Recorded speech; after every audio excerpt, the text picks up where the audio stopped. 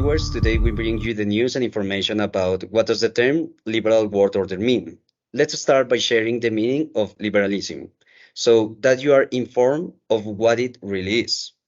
I would like to ask our audience what liberalism is or what do you understand by liberalism? So, hi Sebastian, how are you? Can you answer that question? Sure thing. For me, liberalism is a political and economic concept which has as an idea that people should be free of restrictions. Okay, that's correct. Thank you very much.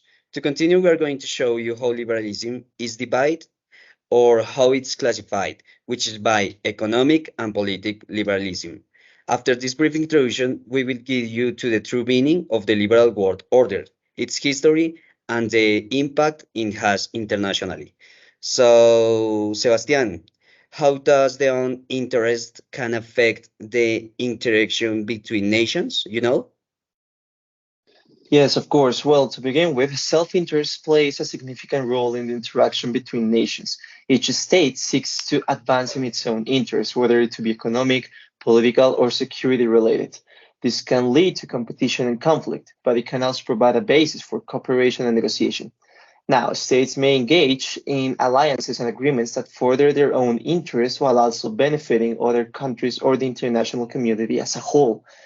It's very important to take into account that the challenge is finding a balance between pursuing self interest and recognizing the interdependence and shared interests that exist among nations. Okay, thank you very much. Now we are going to listen to Ana Maria. Stay connected with us. Thank you. Okay, hi everyone. And now I'm going to ask a question to Valentina Jara. So, Valentina, what does liberal mean? What does liberal mean in the world history? Hello, Ana Maria, and hello, everyone. Thanks for your invitation.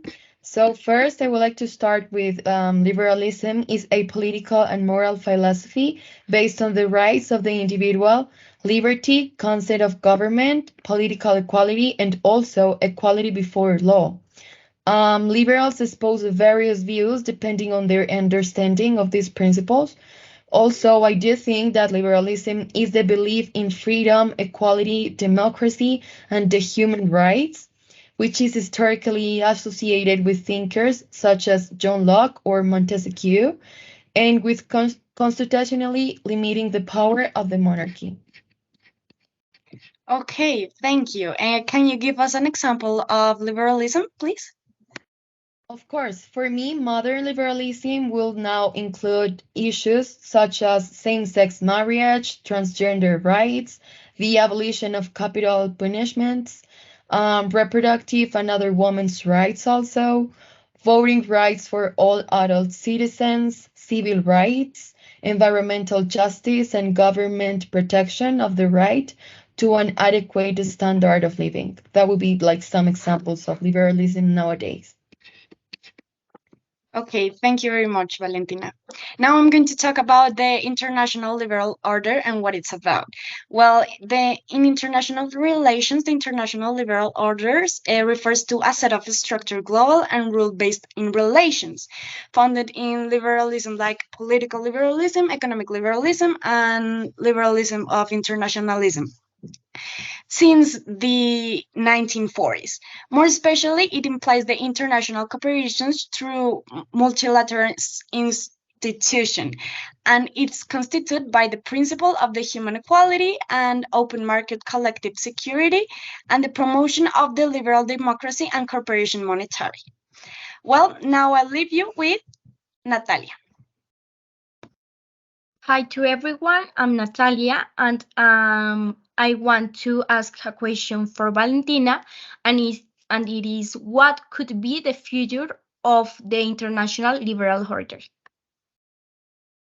Well, the future of this liberal order depends on the ability of the United States and the Europe, and increasingly a broader set of liberal democracies to lead and defend it. This in turn depends on the ability of liberal democracies to remain stable, function well, and maintaining an international approach. And as can these states regain their stability and orientations as liberal democracies? Can they regain their legitimacy and prestige as models of an advanced society by finding solutions to the great problems of this generation, for example, economic inequality, stagnant wages, fiscal imbalances, environmental degradation, ethic and racial conflicts, among others? And global leadership depends on the power of the state, but also on the attractiveness and legitimacy of the ideals and principles that the great powers embody and project. Thank you, Valentina. So, based on what was previously clarified by our interviewers, it is more than evident that today we are facing the challenge of building a new international order without there being a clear consensus on the principles on which it could be based. And on top of that, the first world order based on respect for the national sovereignty of states doesn't serve us in an increasingly globalized world, for the simple reason that it was designed precisely to protect the prerogatives and privileges of said states.